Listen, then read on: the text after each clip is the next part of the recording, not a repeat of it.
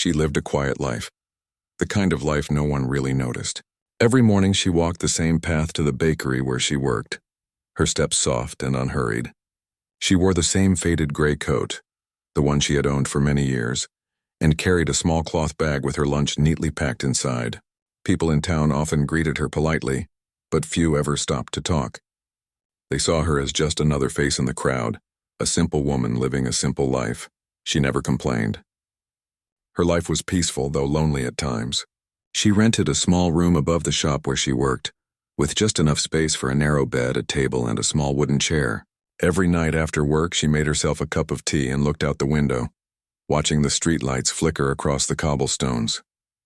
From her window, she could sometimes hear laughter drifting up from the cafe below. She would smile faintly, listening to the sounds of life around her, and then close her eyes, remembering a time when her world had been filled with music.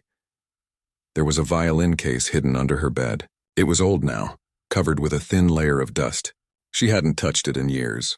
Sometimes, when she couldn't sleep, she would pull it out quietly and run her fingers across the worn handle, feeling the memories rise up inside her like a tide. That violin had once been everything to her, a part of her soul. Many years ago, she had played on real stages. She had worn long dresses, stood under bright lights, and played melodies that brought people to tears. But that was another life, a life that had ended the day her world fell apart. After that day, she couldn't bear to play again. The music reminded her too much of what she had lost. No one in town knew this. To them, she was just the woman who worked at the bakery, who smiled kindly at children and always gave extra bread to anyone who was short on money. She lived quietly, spoke softly, and never asked for much. People respected her kindness, but they never thought much more about her. One afternoon, while she was cleaning the counter, a group of younger customers entered the shop. They laughed loudly, teasing each other as they bought pastries. One of them looked at her and whispered something to his friend, who laughed even harder. She heard them but said nothing. She had grown used to such things. To them, she looked like a woman who had never done anything exciting, never seen the world, never had dreams. But inside her, there was still that spark, faint but alive. Sometimes when she walked home through the empty streets, she could hear a tune playing softly in her head. Her fingers would twitch slightly, as if remembering the feel of the violin strings. She would stop, close her eyes, and imagine herself back on stage, playing as she once had.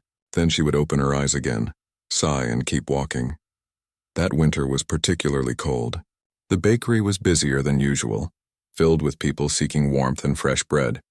One evening, a poster appeared on the notice board outside, an announcement for a charity event. It would be held in the town hall, a gathering of local artists and musicians to raise money for the community. She saw it one morning while sweeping the steps. The poster showed smiling faces, violins, guitars, and a piano. She paused for a moment, staring at the image of the violin. Her heart gave a small ache. She thought about attending, not to perform, but simply to watch. She missed the sound of music. So when the evening came, she put on her old coat, tied a scarf around her neck, and walked to the town hall. The streets glowed with soft yellow lights. Inside, the hall was warm and full of laughter. People from all over town were there, shopkeepers, families, students, and workers. She found a quiet seat at the back and sat down, folding her hands in her lap. The music began. A young boy played the piano, his fingers trembling slightly, but his smile full of pride. A small group of singers followed, their voices blending beautifully.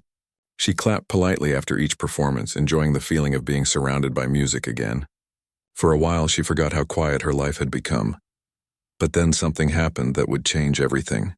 Near the end of the evening, the host took the stage, a lively man known for his sense of humor. He thanked everyone for coming and announced that the next part of the event would be fun and spontaneous. He asked if anyone from the audience wanted to come up and show a hidden talent. There was laughter and cheering. People called out the names of their friends. A few volunteers came up to sing or tell jokes. Then suddenly someone pointed toward her. "Let's have her play something," a voice shouted from the front. At first, she didn't realize they meant her. She looked around, confused, but the crowd had turned in her direction. A few people laughed. "Yes, come on," another voice called. "You look like you could play something. Maybe the violin." The words made her heart race. How did they know? She looked down at her hands, feeling her face flush. "Oh, no, I can't," she said softly. But the crowd began clapping, some cheering playfully. It was meant as a joke, just one tune. Someone shouted, "We promise not to laugh. Too much." She felt a mix of fear and sadness. For a moment she thought of standing up and leaving, but something inside her stopped her. Maybe it was pride, or maybe it was the small voice inside that had been silent for too long. She took a slow breath and stood up. The hall grew quiet as she made her way toward the stage. The host smiled, surprised she had accepted. "Wonderful. Do you play an instrument?" he asked with a grin. She nodded slightly. "The violin," she said softly. "Oh, how perfect." He exclaimed and motioned for someone to bring her one. A man from the band handed her an old violin. It wasn't in the best shape, but it would do. As she held it, her hands trembled slightly. The weight felt familiar yet foreign.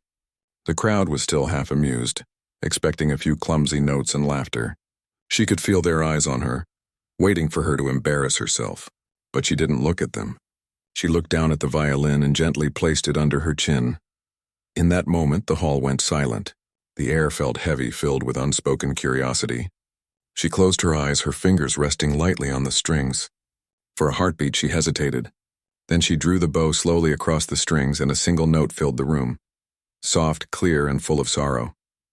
The laughter stopped. She didn't think, didn't plan.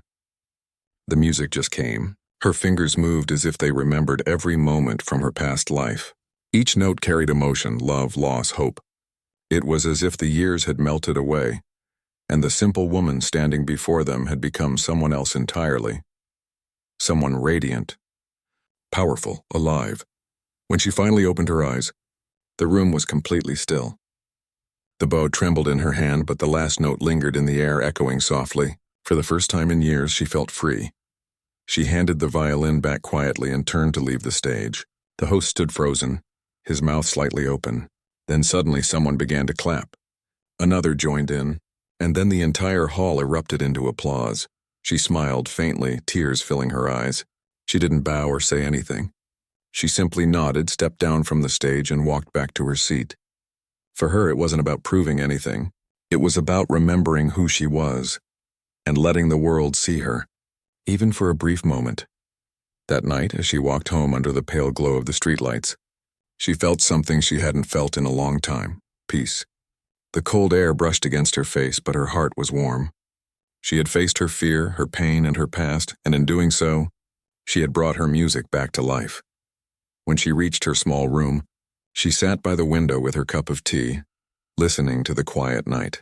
The laughter from the cafe below drifted upward once again, but this time it made her smile.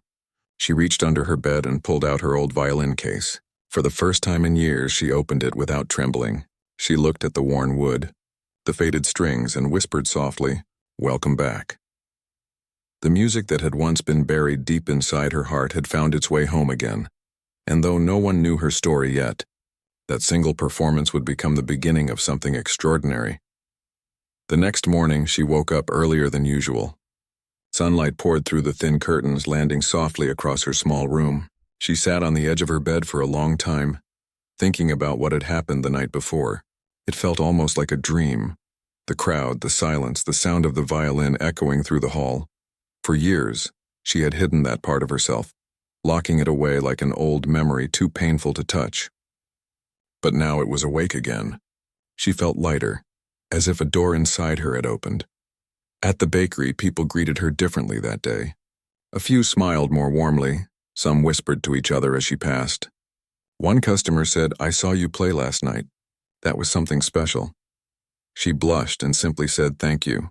She didn't want attention. She only wanted to work quietly, as always.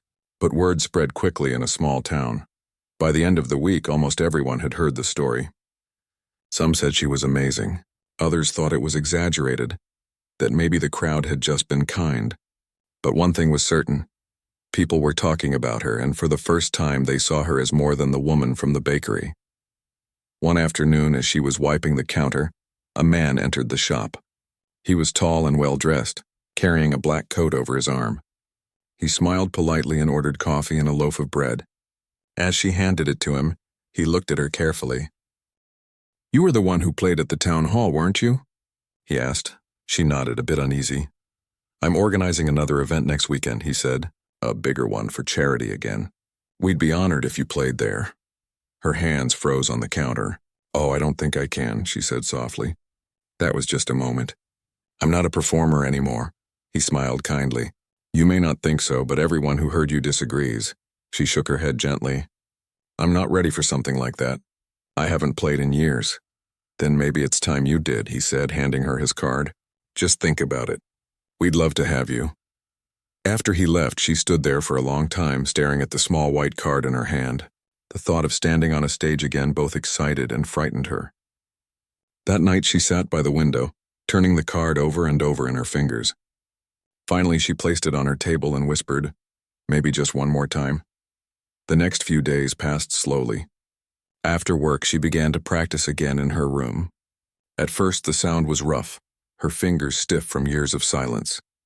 But the more she played, the smoother it became. The violin began to sing again, filling the small space with soft, emotional melodies. Sometimes she would stop and close her eyes, letting the music take her back to the past, to the faces of people she loved, to the life she once had. There was sadness there, but also peace. The violin had always been her way of speaking to the world without words. When the night of the new event arrived, she almost changed her mind. Her hands shook as she put on her coat. She told herself she would only go to listen. But when she reached the hall, the man from the bakery smiled and guided her backstage. We're so happy you came, he said. You're scheduled near the end, just before the final act. The hall was larger this time, filled with more people, including some she didn't recognize. The lights were brighter, the air filled with excitement. Musicians tuned their instruments, singers rehearsed softly. She stood quietly in a corner, holding her violin close, trying to calm her nerves. As the performances began, she listened carefully. The young ones played with energy and passion, though their notes sometimes stumbled. The crowd clapped warmly after each act. She could see joy in their faces. Then her turn came. The host called her name, his voice cheerful but curious. Next, we have someone very special, a lady whose performance at the last charity event moved us all. Please welcome her once again. The applause started politely, but she could sense the crowd's mixed curiosity. Some people were eager to hear her. Others expected nothing much. She walked to the stage slowly, her heart beating fast. She could feel the weight of every step. When she reached the center, the lights shone directly on her. The violin felt heavy in her hands. For a moment, she thought she might not be able to do it. The hall was so big, and the faces in the audience looked distant and serious. She took a deep breath and told herself, just play. Don't think. Just play. She lifted the violin to her shoulder and began. The first note floated gently through the air, soft as a whisper. The second followed, then the third, building into a smooth, flowing melody. The sound filled the hall, not loud, but deep and rich, carrying emotion that words could never hold. At first, the audience sat still, listening politely. But as the music grew, something changed. The melody turned tender, then powerful. Her bow moved faster, her fingers lighter, every note alive. People leaned forward, drawn in without realizing it. It was no longer just a performance. It was a story, one of loss, love, hope, and courage. Every rise and fall in the music told of a life lived quietly but fully. Some in the crowd closed their eyes, letting the sound move through them. Others sat motionless, afraid to break the moment. By the time she reached the final part, her eyes were closed and tears ran down her cheeks. She wasn't performing for applause. She was playing for the memory of those who once believed in her, for the love she thought she'd lost forever. When the last note faded, the silence that followed was long and heavy. It was the kind of silence that no one wanted to break. And then, slowly, the applause began. Soft at first, then louder and louder until the hall was filled with clapping, cheering, and even crying. People stood up one by one, giving her the kind of respect she never imagined she'd feel again. She lowered the violin, trembling slightly. She tried to speak, but the words wouldn't come. Instead, she bowed her head and smiled through her tears. The host came up to her, his eyes wide with awe. That was beautiful, he said softly. After the event, many people came to meet her. Some thanked her, others hugged her. The man who invited her told her the performance would be shared online. Someone had recorded it. She didn't mind. If it helps someone feel less alone, she said quietly, then it's enough. The following days felt like a dream again. People stopped her on the street to tell her how much her music had touched them. A few even asked if she would teach their children. She was surprised. She had never thought of teaching. But the idea warmed her heart. At night, when she returned to her small room, she didn't feel lonely anymore. She would take out her violin and play softly by the window. The lights outside glowed like stars, and the sounds of the town drifted through the air.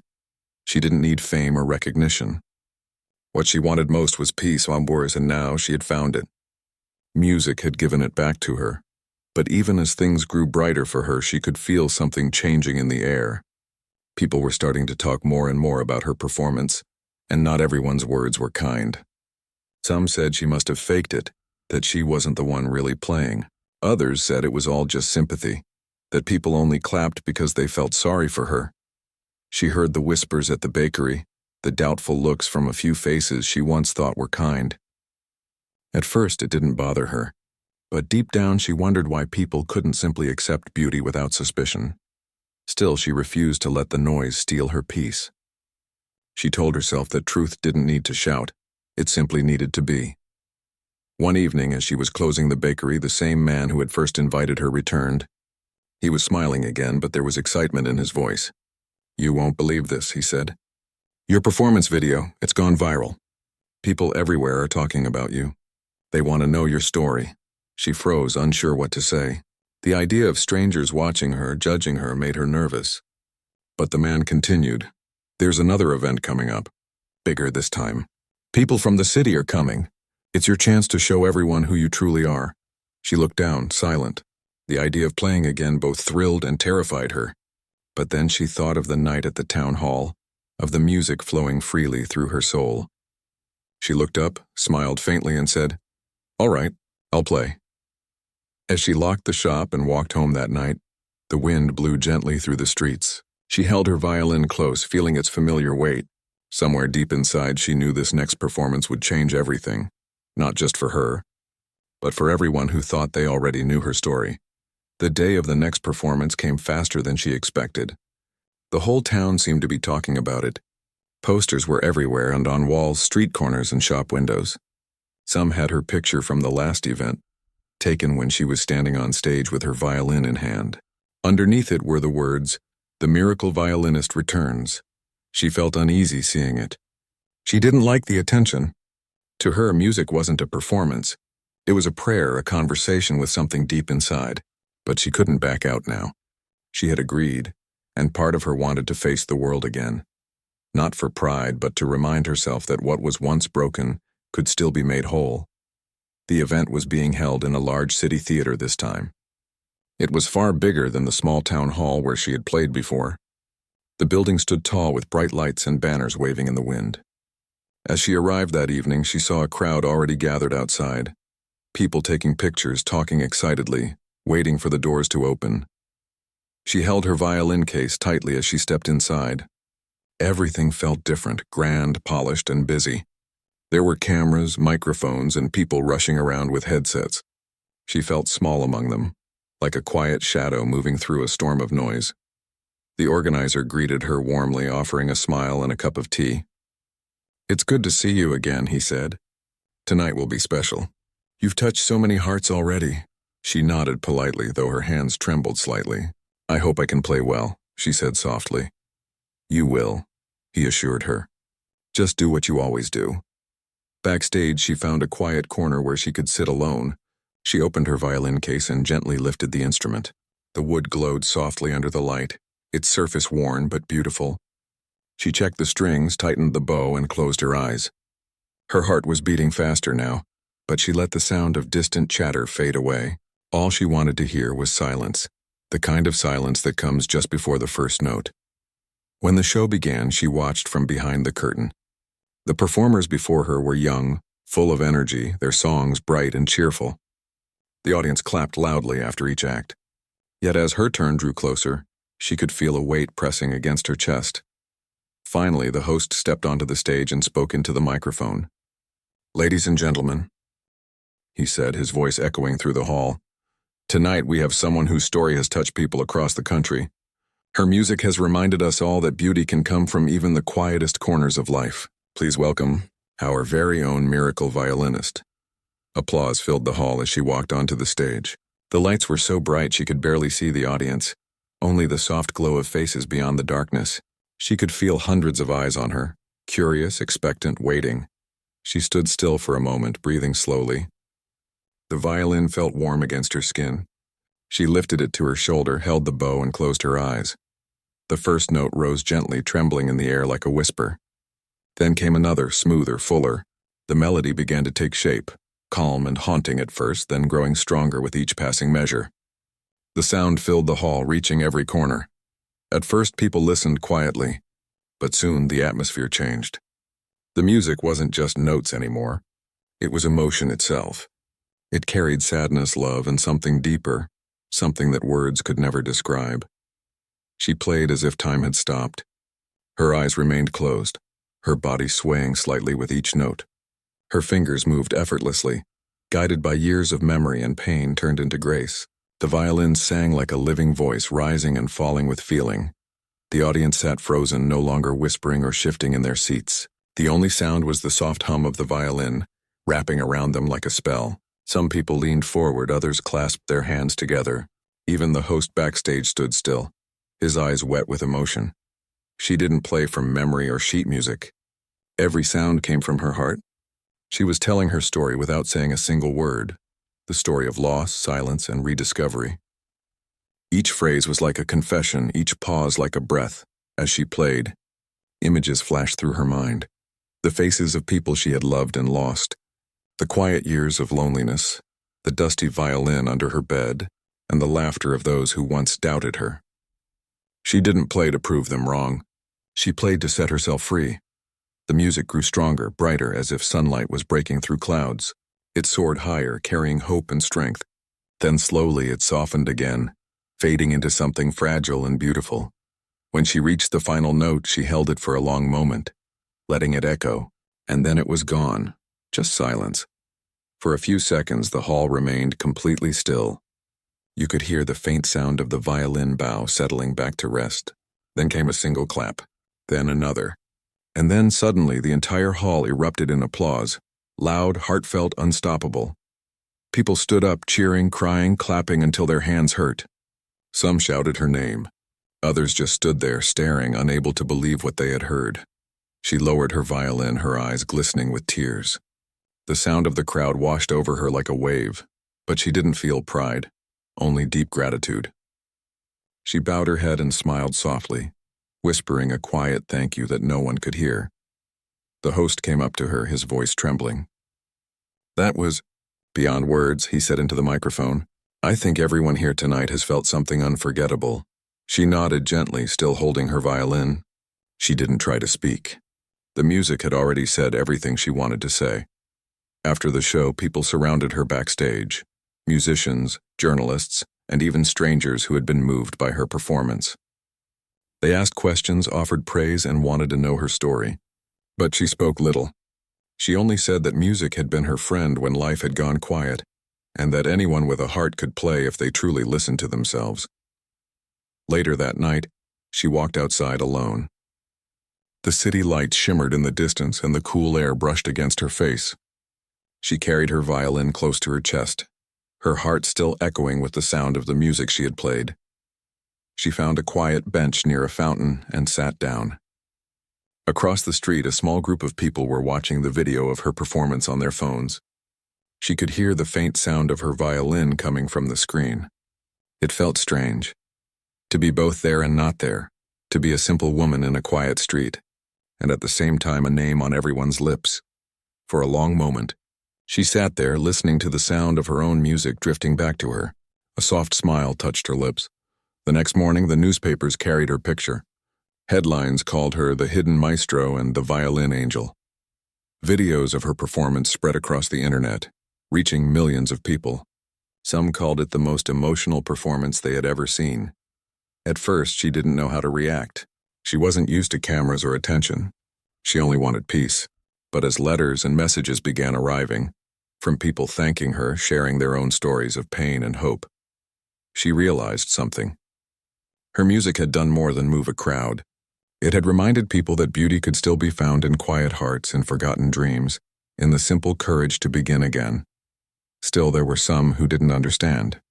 A few doubted her story, saying no ordinary woman could play like that. Some even said it must have been staged. She heard the whispers but didn't let them touch her peace. She knew the truth, and the truth needed no defense. She continued working at the bakery as usual. The shop grew busier, not because of the bread, but because people wanted to see her. Some asked her to play a few notes. Others just wanted to thank her. She remained humble, always smiling, always kind. One afternoon, a young girl came into the bakery, holding a small violin case. She looked nervous. "Can you teach me to play like you?" she asked softly. The woman looked at her, then smiled. "I can teach you to feel the music," she said gently. "The rest will come on its own." And that evening, after the bakery closed, she sat with the girl by the window and began to show her how to hold the bow, how to breathe, how to listen. The notes were clumsy at first, but she didn't mind. The sound of learning filled the room, the same sound that had once saved her life. Outside, the streetlights glowed softly. Inside, the violin sang again, not as a performance, but as a new beginning. She didn't know where life would take her next, but she knew one thing for sure. She would never stop playing again. Because music, once lost, had found her once more. After the big city performance, the story of her music traveled even further than she could imagine. Newspapers, television stations, and social media shared her name and her story. People called her miraculous, saying she was a hidden talent who had been overlooked for far too long. Yet despite the attention, she remained the same quiet, simple woman she had always been. She still walked to the bakery each morning, still greeted customers with a soft smile, and still carried her lunch in the same cloth bag. But the quiet life she had always cherished began to shift. People started stopping her on the streets, asking questions about her background. "Where did you learn to play like that? Who taught you? Were you ever part of a music school?" Each question brought a flicker of hesitation. She had kept her past hidden for many years, afraid that sharing it would open old wounds she was not ready to revisit. Then one afternoon, a journalist arrived at the bakery. He introduced himself politely, explaining that he had heard about her performance and wanted to tell her story to the world. He asked if she would be willing to sit down for an interview. She hesitated, her hands tightening around the edge of the counter. Finally, she nodded quietly, agreeing to meet him at the small cafe across the street. The cafe was warm and quiet, filled with the soft murmur of conversation and the aroma of coffee. She sat across from the journalist, her violin case resting against her chair. He pulled out a notebook, pen ready, and smiled gently. "I want to tell people who you really are," he said. "Not just the violinist on stage, but the woman behind it. Will you help me?" She took a deep breath, considering his words. There was a part of her that wanted to remain unseen, to continue her quiet life. But another part, the part that had found courage again through music, felt ready to speak. She nodded again, softer this time, and began to share her story. She spoke of her childhood, of growing up in a small town with simple dreams. She told him about the day she had first picked up a violin, a gift from her parents who had seen the spark of music in her from the very beginning. She remembered how she had spent hours alone in her room practicing, learning to make the violin sing. Music had been her escape, her comfort, her joy. Then she spoke of the years when life had taken a harsh turn. She had married young, finding a partner who shared her love for music. Together they had dreamed of performing, of sharing their passion with the world. But fate had been cruel. She had lost her husband and a young child in a sudden accident, and the grief had been too much to bear.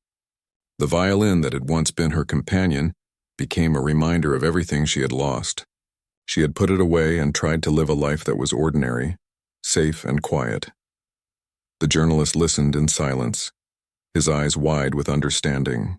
She spoke softly, but each word carried weight. When she finished, there was a long pause. He put down his pen and simply said, "I think people will understand now. They'll see why your music moves them so deeply. It's not just skill, it's your soul speaking." Word of the interview spread quickly. People were moved not only by her talent, but by the story behind it. Many who had doubted her talent now realized that what they had witnessed was not only extraordinary skill, but also the result of years of pain, resilience, and love. The audience that had once applauded her was now full of admiration and respect, understanding that the quiet woman they had overlooked carried a life rich with history, emotion, and courage. In the days that followed, she received letters and messages from people around the country. Some wrote to share their own stories of loss, telling her that her music had helped them heal. Others asked for advice, hoping to learn from her experience and her ability to keep moving forward despite hardship. Each message touched her deeply, and though she replied to only a few, she read every word, feeling a connection to people she had never met. The town where she had always lived began to change as well. People who had once dismissed her now stopped to speak with genuine warmth. Shopkeepers offered small gifts. Neighbors invited her for tea, and children asked her to show them a few notes on her violin. She felt an unfamiliar sense of belonging, a quiet pride that had nothing to do with fame. Despite the newfound attention, she remained humble. She continued working at the bakery, keeping her routines and her quiet habits. Yet she also found herself drawn to the music world again. Invitations arrived from local schools, community centers, and small theaters. They asked her to perform, to teach, and to inspire. She accepted some, declined others, but gradually, she began to see that sharing her music could bring joy to many, not just herself. One evening, she was invited to speak at a small gathering in her town hall. People came not only to hear her play, but to listen to her story. She began by holding her violin close and explaining that music had always been her way of expressing feelings that words could not. Then she played, slowly at first, then building into a melody full of emotion. The audience listened intently, many with tears in their eyes. After she finished, the crowd erupted in applause. But this time it was different. It wasn't just admiration for her talent. It was recognition of the life she had lived, the courage she had shown, and the love she had carried through loss. People approached her afterward, thanking her not only for the music but for her honesty and for the courage to share her story. She realized that by finally telling the truth about her past, she had lifted a weight she had carried alone for many years. Music had always been her refuge, but now it became a bridge, connecting her to others, helping them understand her, and allowing her to understand herself in a deeper way. The revelation of her past also brought reconciliation with the people who had once mocked her. Some had laughed at her during small-town events, thinking her quiet nature meant she had nothing to offer. When they learned the truth, they were filled with shame for underestimating her and admiration for the strength she had shown. A few even apologized, though she didn't dwell on it. She had no desire for anger or revenge. Her focus was on music, on healing, and on the connections she could build through her gift. In the weeks that followed, she began teaching a few young students in her town. Children who had never touched a violin before came to her, eager to learn. She guided them patiently, showing them how to hold the instrument, how to draw the bow, and how to listen with their hearts. Watching them learn reminded her of her own beginnings, of the joy that first spark of music had brought her. Her life, once quiet and unnoticed, had transformed. The world now saw her as a remarkable talent, but to her, the most important changes were subtle. She walked more confidently, smiled more openly, and allowed herself to feel joy again without guilt. Music had healed her, and sharing it had given her a sense of purpose she hadn't realized she was missing. She never forgot the accident that had taken so much from her. Sometimes she would play alone at night, closing her eyes and remembering her loved ones. The music carried their memory with it, each note a tribute to the lives she had once held close. It was in these moments that she felt truly complete, a woman who had faced immense loss but had chosen to keep living, keep loving, and keep sharing her gift. Her story soon reached beyond the town. Videos of her performances, combined with the interview about her life, circulated widely. People were inspired by her resilience, and she became a symbol of hope for those struggling with grief and hardship. Yet she never sought recognition. She did not crave fame or awards. She played and taught because it was who she was, a woman whose life had been shaped by music, loss, and quiet courage. Even as her life changed, she remained deeply human. She laughed when mistakes were made during teaching, comforted students who were frustrated, and quietly observed the world around her with gentle curiosity. Her fame did not make her proud or distant. It made her more compassionate, more aware of the struggles others faced, and more determined to use her gift to bring light where it was needed. And so, The woman who had once been overlooked and underestimated became a living example of strength and beauty. She showed that talent alone was not enough to define a person, that true greatness often lay in perseverance, humility, and the courage to face the world despite pain. Her life, once hidden and quiet, was now shared and celebrated. Yet she remained simple at heart, walking the streets of her town with the same calm step she had always taken, holding her violin close and smiling at the world with quiet joy. The music that had once been her refuge had become her voice, her story, and her gift to others. Through her honesty and courage, she transformed not only her own life but the lives of countless others who heard her play and knew her story. The quiet woman who had been forced to hide her talent had now become a symbol of hope, proving that even the most unassuming people can carry extraordinary strength within them, waiting for the moment to shine. Life for her had changed in ways she never could have imagined, yet some things remained the same.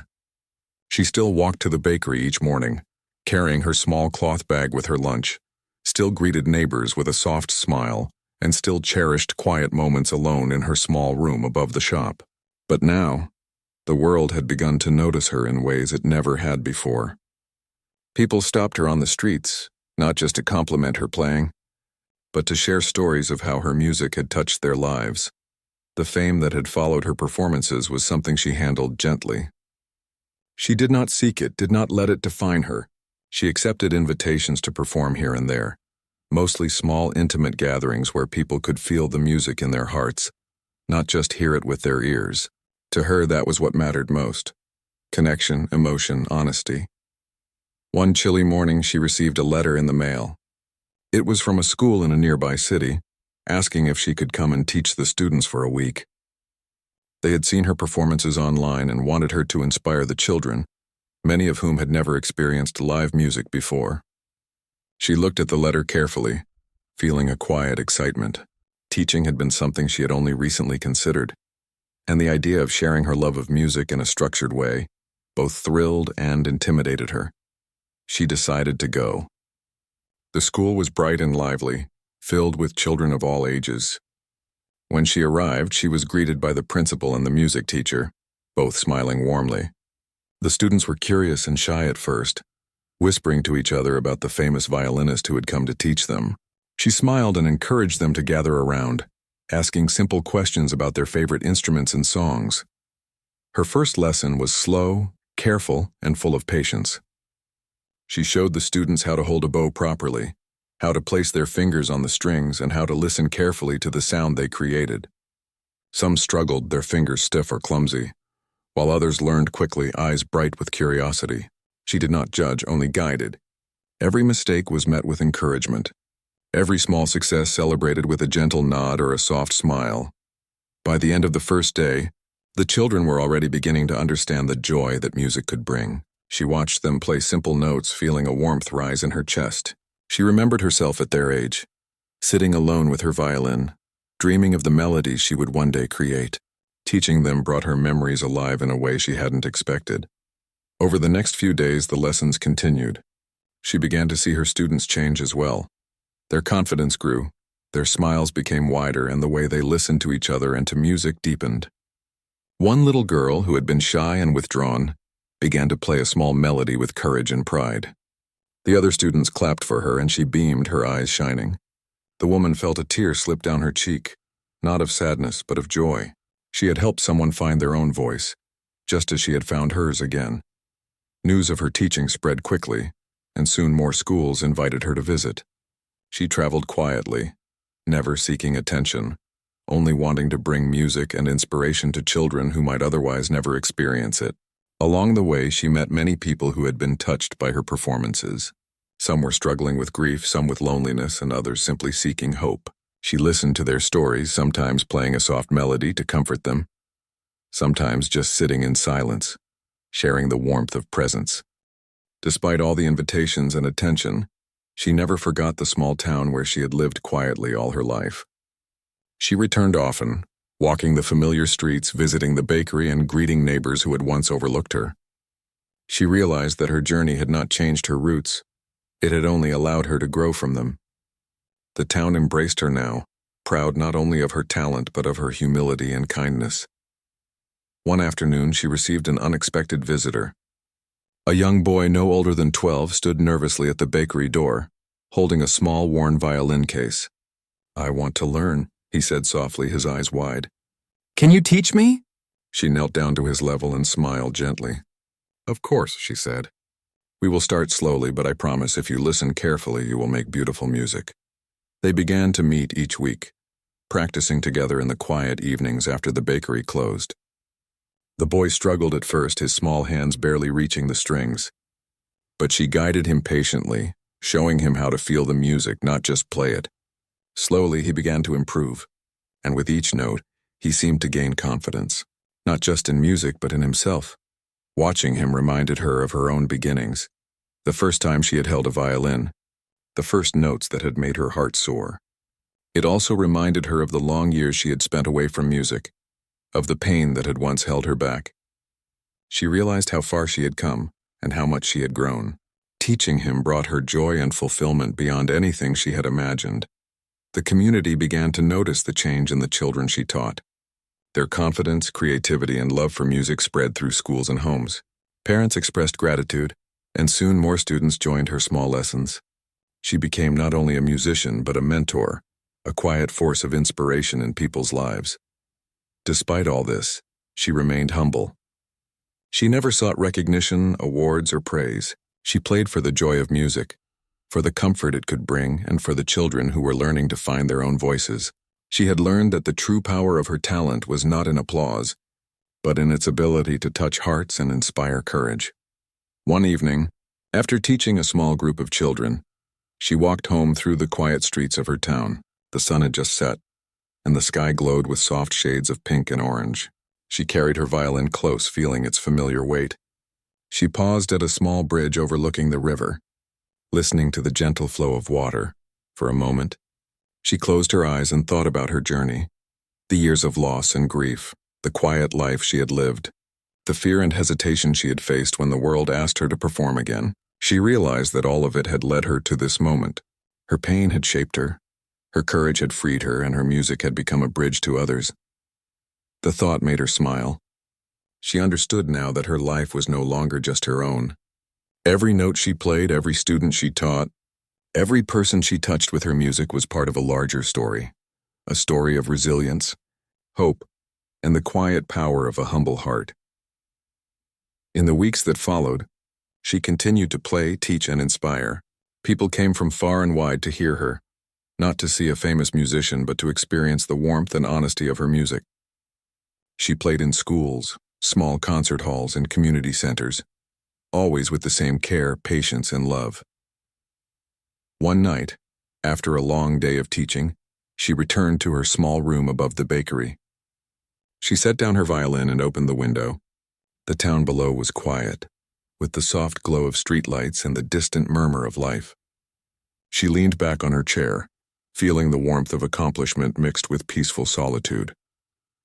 Her journey had begun in silence and simplicity, but it had grown into something extraordinary. She had faced grief, doubt, and fear, and yet she had not only survived, she had flourished. Her music had carried her through the darkest times, and now it carried others as well. She looked at her violin case, worn and familiar, and whispered softly, "Thank you. Not for the fame, not for the applause, but for the gift it had given her, the gift of connection, healing, and purpose." In that moment, she understood something profound. Life, even in its simplest form, could hold extraordinary beauty. A quiet woman, underestimated by many, had found her voice and used it to touch the lives of countless others. And in doing so, she discovered the greatest joy of all, that music, love, and courage can transform not just a life, but the world around it. From that day on, she continued to live simply, yet fully. She walked her familiar streets, worked in the bakery, played her violin, and taught her students.